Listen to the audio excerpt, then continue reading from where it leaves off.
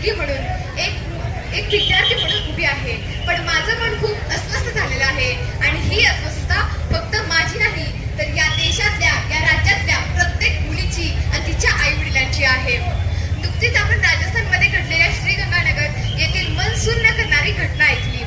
एका 13 वर्षाच्या निरपराध बालिकेवर 32 नराधमांनी अमुष्पणे अत्याचार केला. अहो, विचार केला तरी अंगावर काटा येतो. काय चूक होती त्या लहान मुलीची?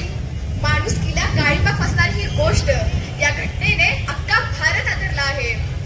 एकीकडे आपण प्रगतीच्या डिजिटल इंडियाच्या गोष्टी करतो आणि दुसरीकडे आपल्याच भारतातल्या मुली सुरक्षित नाहीत.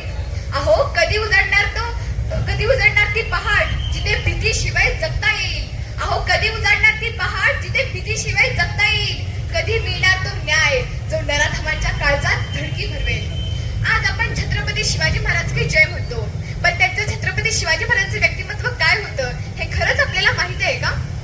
छत्रपती शिवाजी महाराज ते म्हणत होते, एखादा शत्रू समोर आला तर त्याचे मुंडके छाटून टाकू, पण एखादी बाई समोर आली तर तिला वाकून गुजरा करू.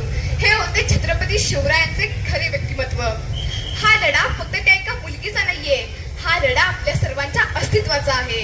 आज जर आपण गप्प बसलो तर ही वेळ परत कोणत्याही मुलीवर येऊ शकते. म्हणून स्वतःला इतकं खंबीर बनवा की कोणत्याही नराधमाची नजर आपल्याकडे वाकड्या नजरेने पडली नाही पाहिजे. तुम्हाला माहितीये या जगातला सगळ्यात मोठा आजार कोणता आहे? आजार हा गुन्हा नाहीये, आजार आहे आपलं गप्प बसणं.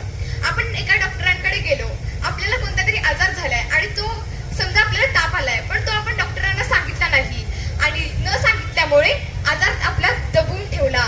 तो ताप दबून ठेवल्यामुळे तो ताप वाढणार आहे, कमी नाही होणार. म्हणून गप्प बसायचं नाही. एखाद्या बालिकेवर अन्याय झालाय तर तिच्या घरातली म्हणतात कशाला केस करायची आणि अब्रू जाईल. माणसं काय म्हणतात? या 3 कारणांमुळे दबलेले आहेत हजारो लाखो अन्याय. म्हणून गप्प बसायचं नाही. शेवटी मी शासनाला इतकीच नम्र विनंती करेन की महिलांवर अत्याचार करणाऱ्या नराधमांना इतके कठोरात कठोर शासन करा की त्यांच्या मनात जरी आला ना अत्याचार करण्याचा विचार तर त्याच्या अंगावर काटा येईल. निधड्या छातीने लढू आता अन्यायाला गाडू आता. निधड्या छातीने लढू आता अन्यायाला गाडू आता. स्त्री शक्तीचा जागर करू निर्भय भारत घडू आता. स्त्री शक्तीचा जागर करू निर्भय भारत घडू आता.